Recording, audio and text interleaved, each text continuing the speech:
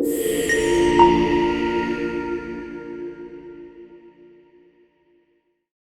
everyone. Thanks for coming to XPC Talks. Very excited to be here with Jung, and we get to learn about his hacking skills in healthcare. He'll run through his projects and answer some questions for us. And so I'll take it over or hand it over to Jung, and then tell us a bit about yourself, and then would love to hear what you have to share with us. Yep. Hold on. Sharing. Look good?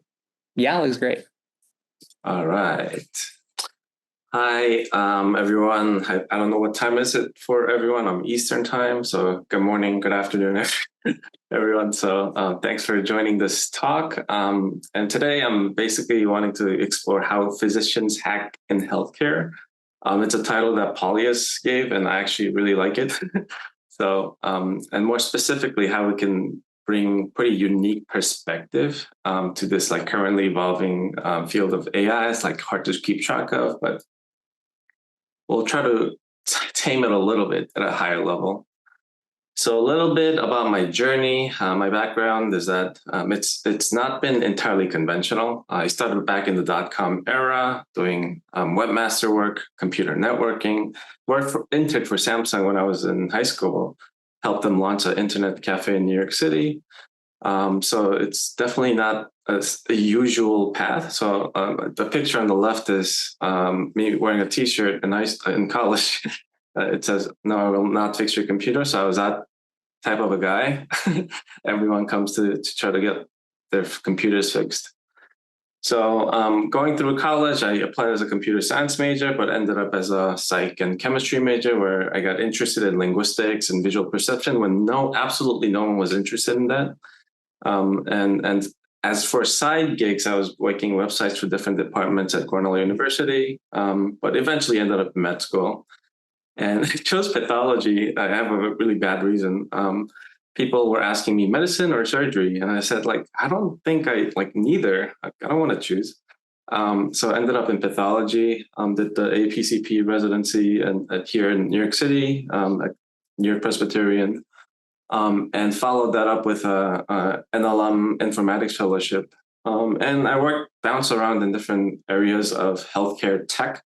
Biotech, pharma. I worked for Cerevel and Abbey recently. And then now I actually just started a gig, a fractional gig at a Trellis Health, which is a company focused on postpartum and maternal care for now. And I think one of the founders is actually here, Estelle. So, and some of the advisors are actually here too. So if I were to give an impression of my career, because I'm a pathologist, I don't practice right now. I'm full-time like tech. So I would be partial engineer Roma as a joke. I'm pretty benign with a medical degree with career trajectory atypia. It's like kind of a jargon that a lot of pathologists use. So essentially, I tend to look at medical and healthcare problems with a bit of an engineering glasses on and system thinking mindset, which has led me down to some interesting path ultimately. And why this talk now? Well, simply put, AI is here. I don't think it's the future. It's like literally here. It's like swamping us left and right. It's not no longer. It's actively being integrated into various parts of medicine and healthcare. And because of this, like we really need to view our clinical processes and like knowledge from different perspective if we want to guide AI effectively as clinicians and medical doctors in the room. And as I experience like in various industries, the clinical knowledge and clinician's edge is that we understand medicine and clinical context very intuitively because we've been through medical school, residency. It's like almost drilled into, it's so almost second nature, walking down the steps kind of thing. But AI generally needs this context a little bit deconstructed. It knows too much. It detects too much. And that's one of the hardest things to do in healthcare tech right now, especially as a clinician, is to teach clinical workflow, clinical knowledge to someone who hasn't gone through that experience. Like, how do you capture like through like 30-minute, 1-hour sync sessions that like at least like 4 to 8 experiences of medical school residency and like actual clinical practice? it's like pretty tough, right? So how do you break it down these like very different perspective? Like we're a completely different hat than clinical, what we're used to in clinical world. And needless to say, I think this ability, our knowledge becomes our superpower if it's like leveraged properly. So I'm trying to get, I guess, like the general group to think like that instead of trying to drill down our clinical information that the way we learned it is actually the truth. But try to look at it from like a patient's perspective or like an engineer's perspective and try to make better sense of like what other people are seeing. And I love looking up word etymology. So when I look up the title, I wonder where that came from, because that's where my linguistics interest comes from. And one of the definitions of hack, I love this, fussing with machines, like, and working with a technical problem in a non-standard creative way. Which is exactly, I feel like, what I do occasionally. So just to illustrate, I'll go through some non-AI, non-medical slides. So you may have seen this meme occasionally. We see like 2D progress bar that goes sometimes pauses in the middle. Like you wonder, like why is that? Why does it pause in the middle? Like, is it more intensive? But why is it then like 0 to 100 like in a sequential manner? And we always like have to wonder what's going on. Sometimes it tells you what it's loading textures in a game, whatnot. But if you tilt it a little bit, right, like you get to see more of the inner workings. This would be like a 3D progress bar no one would ever make. But if we tilt it, we get a different perspective of that progress bar. So I'm basically getting to the point that simple, flat representation might not capture the whole story. And I see that often in healthcare and medicine because that's, I think, what a lot of folks see on the tech side, especially like people working with data. And ultimately, data feeds into AI. So this becomes like more relevant if you could break it down those depth. And another cool example I actually encountered recently, it's like juggling seen from above, like really interesting. This is not like traditional juggling, but like seeing the ball actually not move in like one dimension, but like from a vertical dimension is like very intriguing to see. And I keep seeing this, like, especially maybe because I've been through like a couple of industries that consider medicine and clinical knowledge like very, it treats it very differently than when you stay in healthcare, clinical medicine. So start to wonder about this as I see clinical data more and more. And one of like the first like hacks I did more recently when I became like a free agent out of Abbey is try to look at clinical notes like in a bit very different manner, because as I talk to a lot of the NLP scientists, NLP engineers, I noticed that they're looking at clinical notes very differently than how we would read it. We typically we have like a very structured manner, particularly with like history and physical, HNP. We take this for granted, I think. There's a lot of structure to it, but we think it's like a singular document, linear document and text. So, and others also take that for granted. They don't think like those sections really exist. They want to do the whole parsing in one shot. And we typically have these like standard sections, HPI, social history, like just abridged just for schematic purposes. And we know what kind of information like some certain sections might have and certain sections definitely don't have. So family medicine history is like notoriously badly parsed when you deal with NLP, natural language processing, and AI processors, because it literally says like sister has cancer, or sometimes like sister, cancer, at age blah, brother or mother, grandmother. It lists all that. And a lot of the more rudimentary approaches to data processing will often parse that and then tag the patient as having all those cancer types. And we see that as like an artifact in a lot of the, like earlier, like let's say like 5-10 years ago, people are trying to NLP parse like automatic billing things. And you see remnants of that still. So that becomes like really problematic in the age of AI. So as like a schematic, like, okay, proof of concept, like I think there's a lot more depth to clinical notes than we actually imagine. And it's really about recognizing and making explicit these like hidden layers, so that we could actually pry out like what's actually clinical knowledge, what's like actually irrelevant. If you could do that, exclude all the information that's irrelevant that AI actually might pick up, then you are already at like 90% of the goal. So that's like one of the like proving points to some of the engineers and trying to design this kind of view. So this is like a hack number one, where I'm like conceptually thinking like, how do I break down just like this simple document into multiple levels? And NLP often extracts concepts like preeclampsia is caused by some vascular insufficiency, like placental vascular, just like that's the reason, right? But do we need that information as clinicians? Like, no. But you typically have to explicitly tell AI to not pick that up. So by being able to exclude like certain layers, like you're able to get to information much clinically relevant information much better. And this is not a foreign thing, where this is actually a slide from Anthropic's how do we explain our LLMs and explaining biological models of disease. And when you see it, like on the surface, like I glanced at this and it's like, wait a minute, that looks like actual layers of clinical notes, like structured portions of clinical notes. So this is a clinical scenario: 32-year-old female at 38 weeks of gestation, right upper quadrant pain, headache, nausea, elevated liver enzymes, and model like kind of suggests a diagnosis, like in the middle, preeclampsia.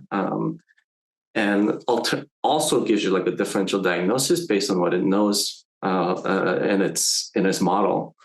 But it's definitely like overdone. Like we don't write notes like this in diagrammatic fashion. But if I were to highlight certain sections, like it's just like bluntly drawn, but labs and findings were kind of on top, differential diagnosis and actual diagnosis in the middle, and HPI was kind of in the bottom layer. So like, wait a minute, like LLMs are also doing this, but it's like in a very convoluted manner. It's like, if we already have this information, why don't we actually just pluck out certain portion of this clinical note? The problem with AI, like they see everything in one shot, entire note, like whether it's like 1,000 pages, they see everything in one shot, but we only need like very small fraction of that. So how do we actually do that?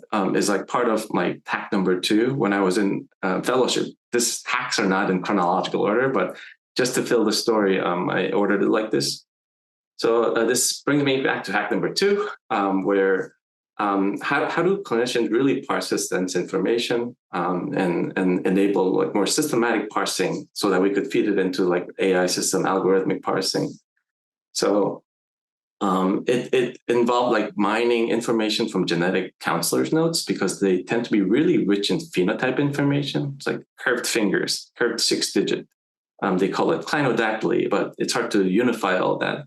But if you could do it systematically, you could feed it into more like genomic algorithmic diagnostics, like genomics. Like I actually never took genetics, but somehow like published one of my key papers on genetics journal.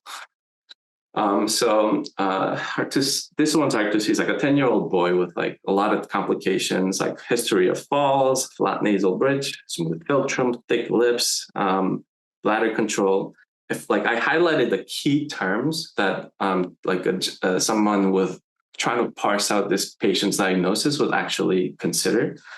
And this is what like NLP algorithms like currently do. Pluck out information, doesn't have to match exact string for string, like fell down kind of maps to falls, smooth philtrum, actually flat nasal bridge, depressed nasal bridge, like they're kind of synonyms. So extracting that list of like, what is it, eight concepts will actually help you a lot in like dealing with another Jungs. Like you don't need information about like he attended like regular kindergarten, all those like other information that might not be relevant for actual diagnostics. you kind of distill it to almost like 8 terms, which is really nice to do. And if you actually look at what algorithms do, like they just consider, here are all the symptoms in our existing like knowledge space, in OMIM, let's say. And what's the best likely gene defect that will explain all this? Like what's most connected, most associated with this? Is this COL10A, like I think it's like collagen, some sort of a gene that produces collagen, basically. So that is actually confirmed by like exomes. So even by clinical notes, like you have a lot of information already stored. So I always wanted to mine more information from clinical notes, and we still haven't gotten there yet. But with the LLMs, I think we're getting there. So like, long story short, like what is the secret sauce? Always like ability to break down tasks into something that machine could understand, that we inherently do without like us knowing. Like driving becomes like second nature, going down the steps, walking becomes second nature. And I think we don't recognize that, and we don't give self enough credit for it. And if I were to like Englishify nowadays, like don't focus on biology terms, proper names, organism, nucleotide names from the notes or any text. Just focus on symptoms, disease, and findings. That's like the knowledge that we have that some of the pure engineers like don't. So that's a thing that we need to get to. And I think LLMs are becoming much easier, because how I wrote it in the actual paper is like an excerpt from the actual paper. We're going to extract these phenotypes, like these are the specific types: congenital abnormality, concept types, genetic function, lab procedure, all these things like more explicitly. But now we could express it in English like this, and LLMs like currently could do that. So it gives us a lot more power than we used to, without having to understand all these like UMLs terminologies and categorization systems. And just to like zoom out a little bit, shift gears. This is like another hack that I'll circle back and connect it to this. Like OpenAI releases like Healthbench data set that a lot of people were talking about when it got released, and everyone's like, "Oh, that's cool! Like OpenAI is like helping healthcare and medicine." But when I looked at it, it's like I can't find the data. I see just a bunch of bar charts, and we frequently see charts like this saying that they're doing really well on USMLE medical tasks. But like, how many people actually look at these things? And I abide by this rule, as much as like I'm not like a fan of Jeff Bezos, but I grew up in the .com era, so I saw Amazon kind of become this juggernaut over time. And scientists, like evidence-based medicine folks, will totally not agree with this. But when anecdotes and data disagree, the anecdotes are usually right, pertaining to like more operations. Like if some worker says like something's wrong, like usually like they're bringing up something to attention, right? And his like right after this, he says like, just to clarify, it's related to like people aren't collecting the right data, and we see this a lot in like quality metrics measurements, right? Like on healthcare quality side, it's like they usually don't. If you look at it, like they don't really measure what they should be measuring, ultimately outcomes. But it's like kind of a proxy that might suggest like that's that could lead to a better outcome. So I often have a problem with this, and I need to like look at the data. That's my like, I don't know, it's like fault of knowing technology. So I'm like looking for this data set. It's like I can't see it anywhere. They show a couple of examples on the website. So this is like turns into my hack number 3, where I'm trying to look for this data set. It's in JSON format, which is like that in itself is like a blockade for, I think, accessibility. So it's like one of the benefits of like having ability to like technically code is like, okay, how do I JSON? I like 99% of people like eliminated from like actually looking at the data. So decided to look at this data more, like what are the prompts, like what are the conversations, and I wanted to go beyond the scoring to actually see what the discussion or it's like this so-called synthetic data set was about. So I started vibe coding. Like I generally know that vibe coding doesn't give you like a production ready code, but for this purpose, like I just want to see like a conversation between a person and like what the agent actually responded. I use cursor pretty often to just do things, and this is like an example of like how I care about cosmetics sometimes, and maybe because I'm Korean or something, but so I always like make sure that like everything looks right, and the end result is like this like iPhone iMessage-esque chat system that ordered all the conversation sequences together. And like one of the examples is clearly like someone suffering from postpartum depression. OpenAI says this is synthetic, but it really doesn't look like it. They like literally plucked out some examples from their prompts that are healthcare related and called it like a synthetic data set, like maybe de-identified at best. But this is like a postpartum depression. So I'll give you. And what I actually am thankful that OpenAI did is like they're using questions that sound like actual like what PCPs would actually have to deal with if they open up their messaging systems, right? It's like free to text me all you want, and it's so diverse. You see all these like diverse ranges of like. This first one is like kind of goofy, like goofy. It's sad if it's real, but like it's goofy example. Like someone's typing this as like that their toddler is choking on something. Second one is like homemade stem cell smoothies. Like, man, like as a medical personnel, like I would just call that a quack. But like these are the type of questions that would actually come in if you open up a ChatGPT-esque like, interface, like to communicate with like patients themselves. So some are I appreciate like cardio flow valves. Like, oh my gosh, like I have to look up. I probably have to Google it anyway. It would be nice if OpenAI could answer that for me. And some random questions like what's the recommended cooking temperature for chicken? They consider like an example of a Healthbench data set prompt because it's like health ultimately, right? Not healthcare, not medical, but it's like ultimately health.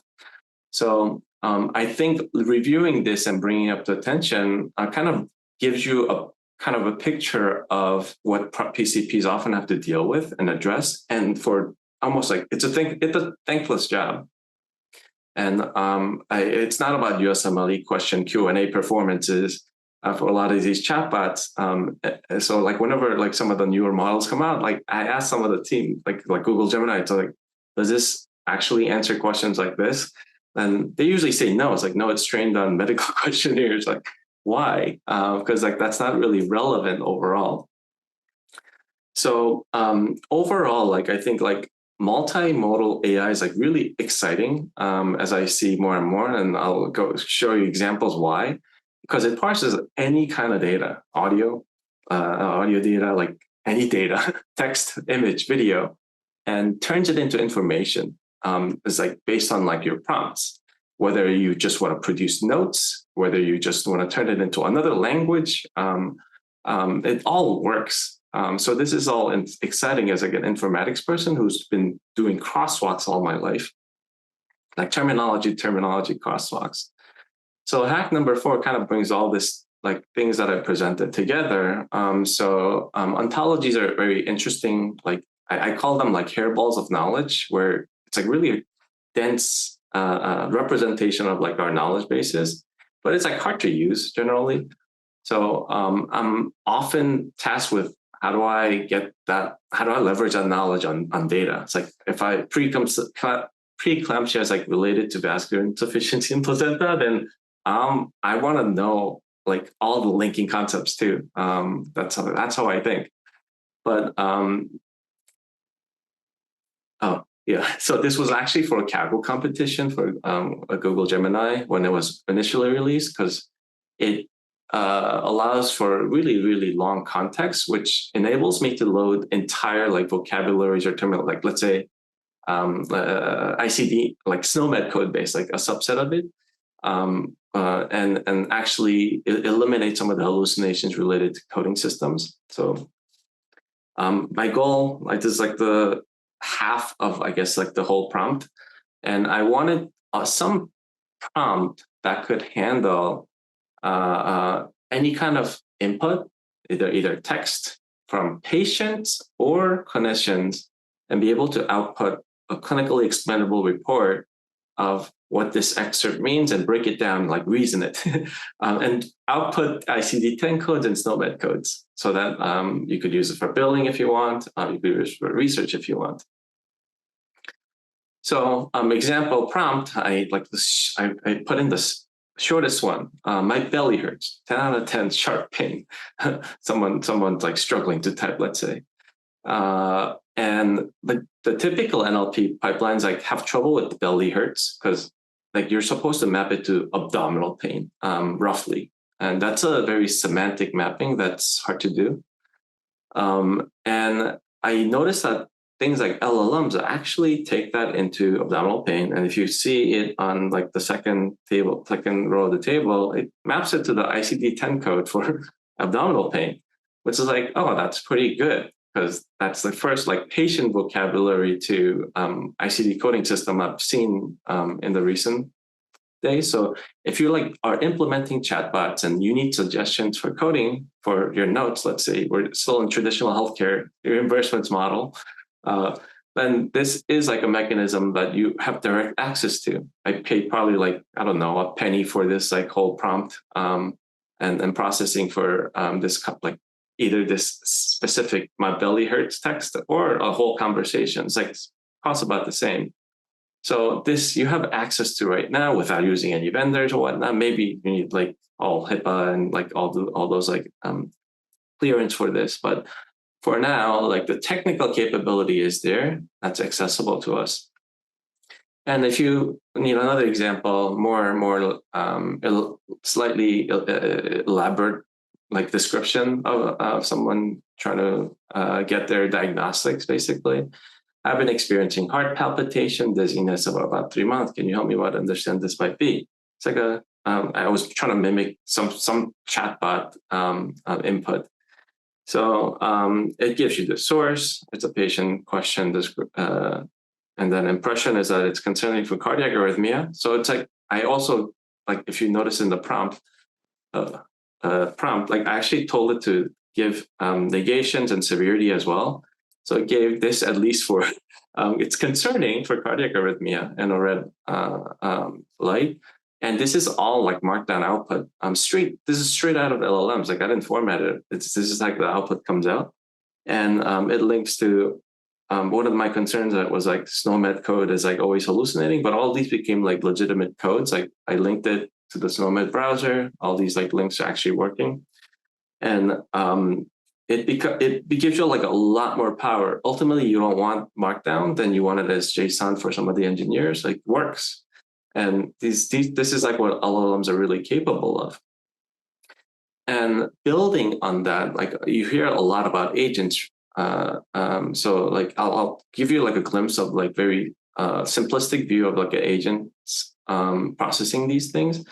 It's all the rage. And for us in medicine, like this, all again, going back to break down the complexity of work, right? The art, that's art and science of like what we do as clinicians into more specialized, like repeatable subtasks. Like, and that's like writing HMP, doing a physical, that's all like repeatable subtasks that a lot of people don't know about. But if we break it down into tasks that we understand, I think we also could verify what like the AI systems are doing. So it'll help us in the long run as clinicians. So if we were to kind of forcefully break down our tasks, like what we do every day, like there's an interview agent, like very rudimentary interview agent, physical exam agent, note-taking agent. Note-taking agent is like notoriously taking off right now, right? Ambience, abridge, blah, blah. And like we typically have to come up with one high, like number one diagnosis and differentials, right? Outcomes, razor diagnosis agent, differential diagnosis agent, treatment planning agent, like you could list this all out and try to do one task really well. So you could spawn like a whole array of agents, but like let's say like we have a 2-agent system, then I could actually make imaging diagnostics like pretty easy. Because what do we do when we see a rash? Like, except call it derm consult. We try to describe this, right? And that's one of my agents, right? First step, look at this image. You are a clinician. You're a dermatologist. Describe this lesion. What do you see? Describe this picture. That's my general prompt, and it kind of describes it pretty well. That's my output, all the visual elements. I wanted this to handle like all kinds of clinical images, like whether X-rays, MRIs, or just like regular picture like this. So it tells you this is a clinical photograph, posterior view of lower extremities, and it describes like the rash the way it should, has all the elements. Now, with that information, that's how like a lot of doctors think, right? Like with this note, come up with like differential diagnosis. And that's what I'm doing. Second agent actually processes that textual description and turns it into, again, the same, this is like the previous same prompt that I was generating, using this description of a description, come up with ICD-9 code, SNOMED code. So it comes with rash, erythema, macules, and papules. There's no blistering, there's no weeping, there's no crusting. It's like we just created like a very powerful 2-agent system that could handle images and text.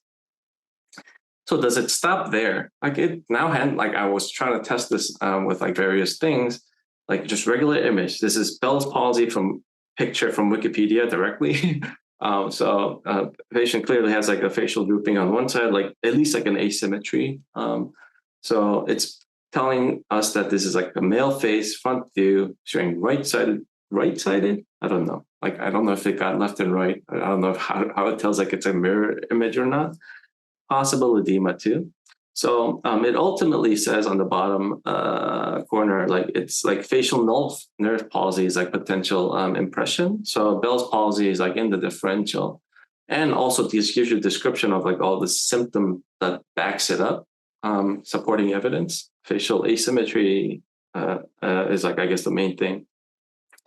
So this is like doable. It takes a little longer than like a lot of the processing systems, I would say, but it's cost less than a city to like almost process. So we have this capability now, and basically like the whole like presentation is supposed to be like a call to action. Like we're in this like very exciting part of this technology like advancement, and all these tools are stuff that we could access pretty readily, and they could take in any data in any form and translate it.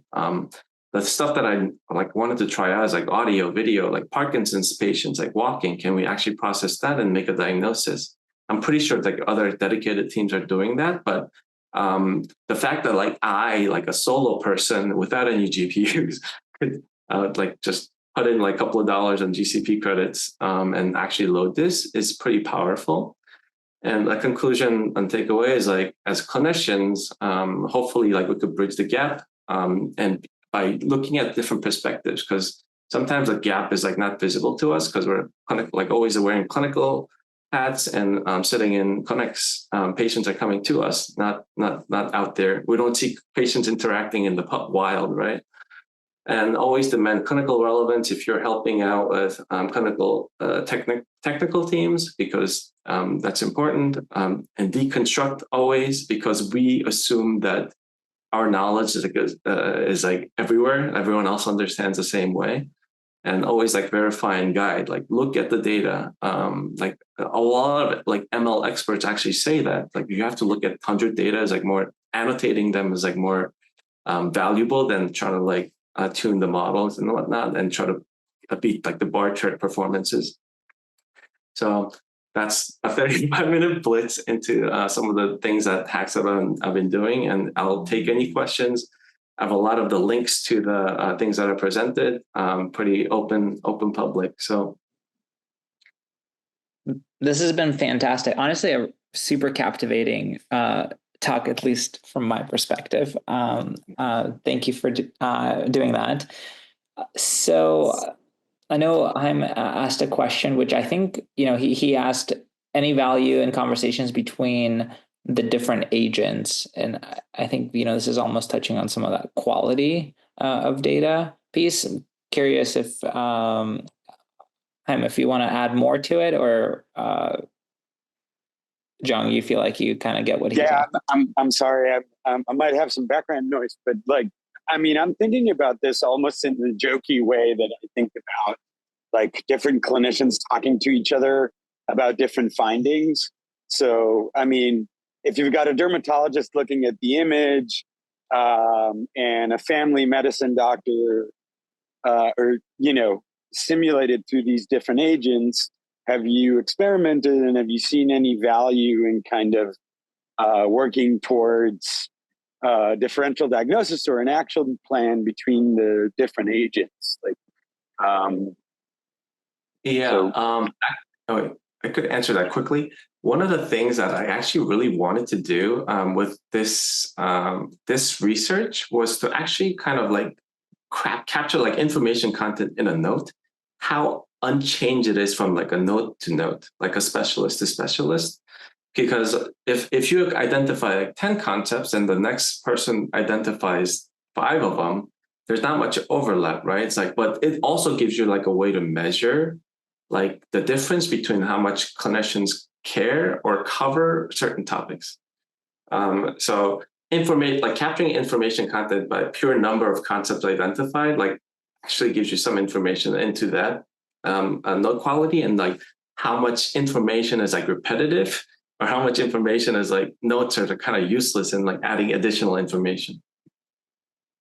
Yeah, and Jung, there's definitely, I'll have to dig up some of the studies around the diff that basically happens between progress notes, and it's like mostly bloat and just copy paste. Yeah. Yeah. So I have a couple other questions. Omar, do you want to ask yours? Yeah, sure. First, I want to say, Jung, like this was an amazing presentation. Like, thanks for showing a lot of these cool projects. My question is regarding the context window.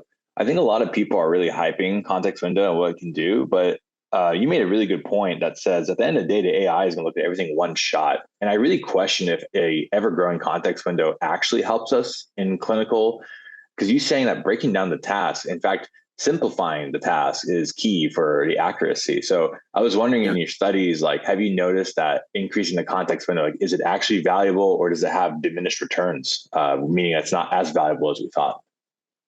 Yeah. Like there's that issue with, because like as one of the reasons like medical schools is so long is like we have to cover like entirety of like pathophysiology. We don't know who's going to come in next door, like next patient, right? We have to kind of rule out from the entirety of like the disease space, symptom space to figure out like what the patient has. Most patients like have common diseases, but the fact that we have to have that in the background is, I think, what makes it hard.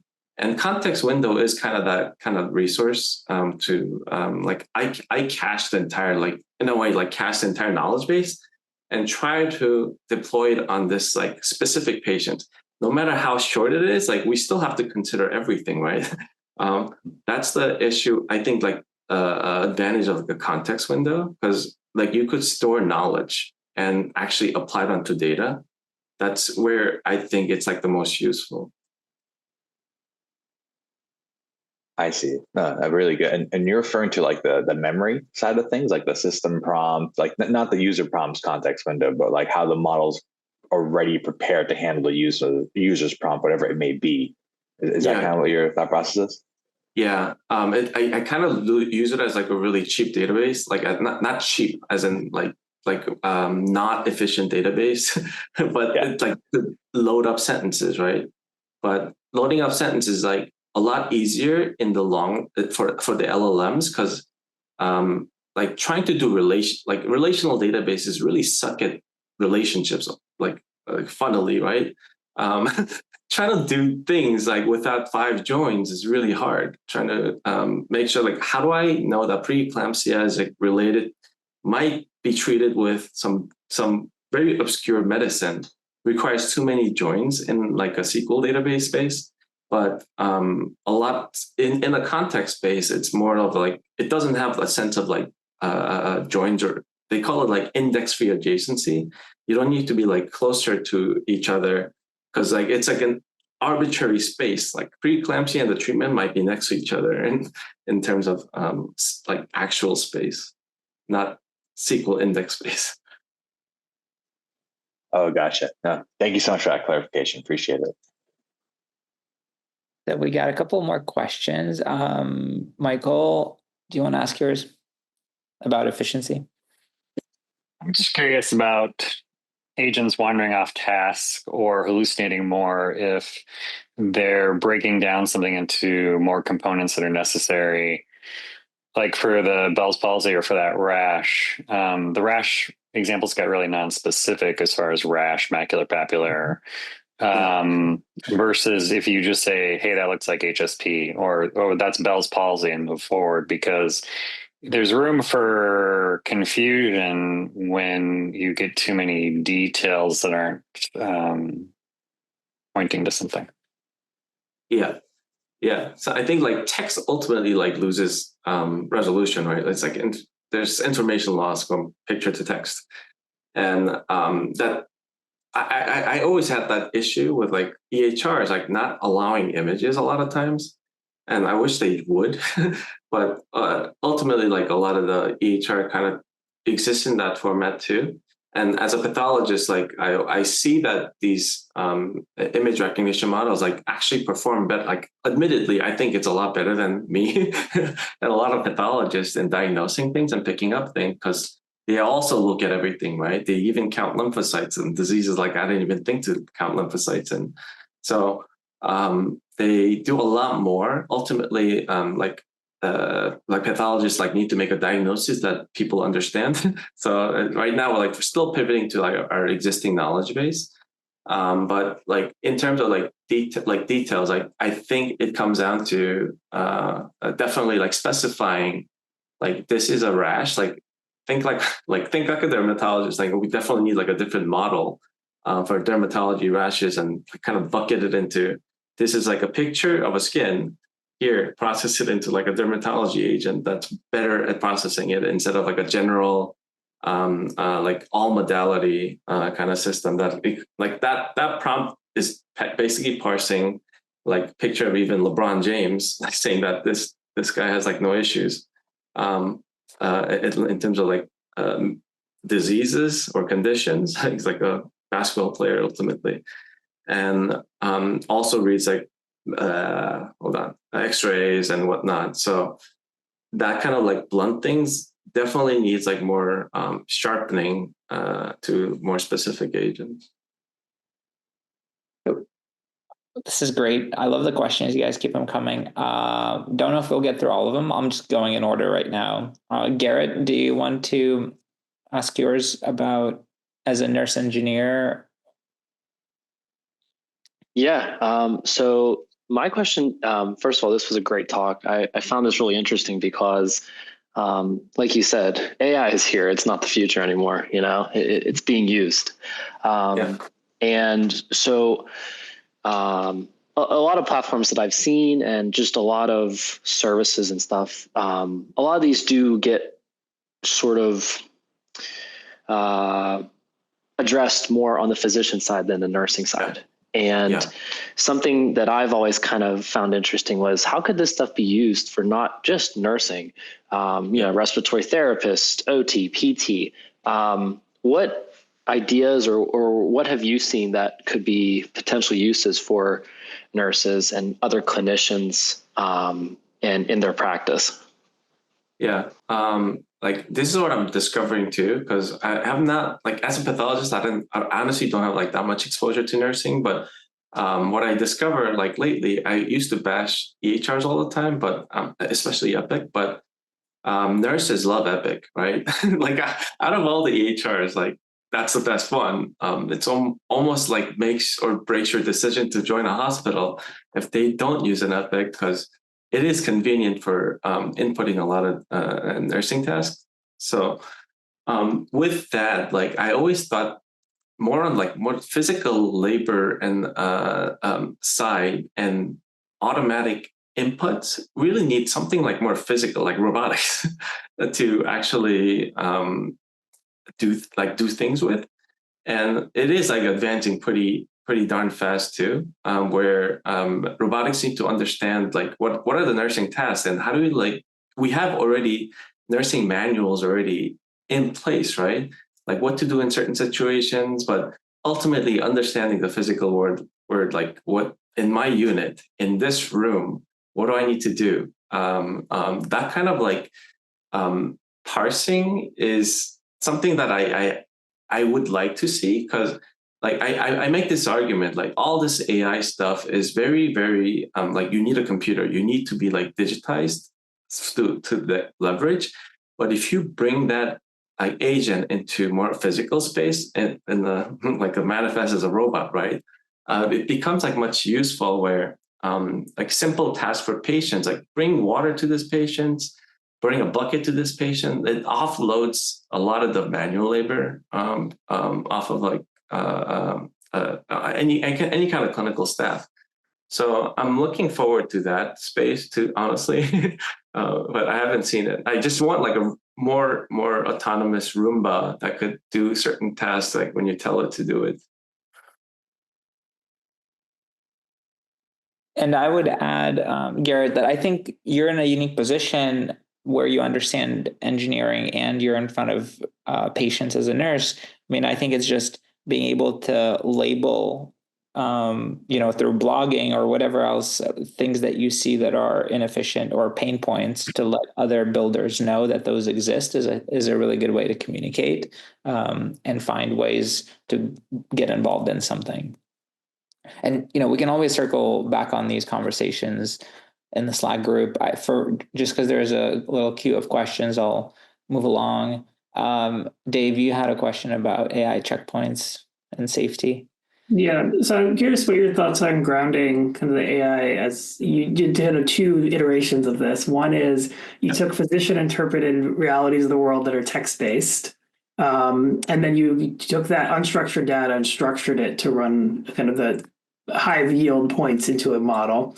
And then the second is you went right off the imaging. So you're collecting light-based data within the spectrum of human light observance, but you could start collecting information outside of what humans can process, like audio for diabetic diagnostics. And then it starts to get harder to track what the AI models are doing. And so when we're implementing in health systems, we're often looking what are the human touch points that we can verify and make sure to drift. So one is you can put out text in between little waypoints. Another is you can have the AI do the unstructured data and then run it through Bayesian models that are kind of stagnant and you can adjust with human input. Do you have approaches that you think work best, or kind of takes on what's a good direction to go with that? I didn't quite get the core of the question. How do we keep humans involved for safety checking as we get further up the chain? Human text to algorithms fine, but as we get further up, you end up in darker, like harder to illuminate spaces for humans. Yeah, because like this note, like let's say for this example, you could just kind of randomly put in random symptoms and like we think it's a truth. And I think that it gets to like a fundamental issue I have with clinical notes. It's ultimately a log of information. There's no like real truth. You could find, I've always like found interesting that if you do this kind of processing, you could find patients who are both smokers and non-smokers at the same time, right? Because someone mislabeled, someone miscoded. And I've also seen like male and female, like at the same time too, not related to any kind of gender related things, but actually someone made a mistake that this is like a patient, wrong patient, or like a wrong specimen gets entered, where chromosome is like XY when the patient is actually like a female. So that kind of gets to the fact that like EHR is like really crappy system for actually representing patients. And if we could actually get to a point where someone actually could correct this, let's say this node in front of us is the golden truth of GitHub main branch, right?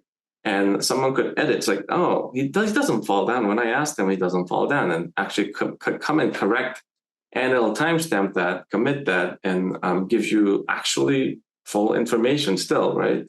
And I wish we had more patient-centric data model that enables that, but we really don't. So if you correct something that the patient was like a smoker or non-smoker like 2 years ago, you're still gonna run into problems where like someone who copied over that the information is like still there. You can't correct it. So I think it's just like fundamental issue of like how we store represent patient information. And we got one last question. If people need to drop off, appreciate everyone coming. We can continue the discussion in the Slack. I'd say, Ashley, do you want to ask your question if you're still around? Sure. Yeah. I guess it's a bit philosophical, but right. I think, and I know nothing about these clinical decision frameworks, but I assume they've emerged because there's so much information you have to keep in your head, all of your med school and all of your past clinical experience, and then you kind of sort and filter as you have a patient case, and you're trying to figure out the most relevant information and go through a checklist and make sure that all things are considered. But I wonder with AI if that changes, if the way we conduct that clinical reasoning kind of gets recreated, because now you have unlimited abilities to draw from data and background and med school textbooks and all of that at the same time. Yeah. Like one of the things that I have right now is, because I'm a very forgetful person, even in during training, I always thought I could not memorize like pediatric vaccination schedules for my life, and the developmental charts. And like part of me said like I could always look it up, because and that's, I don't know if that's an excuse or not, but a lot of the information I just know where to look it up, but I don't know the exact.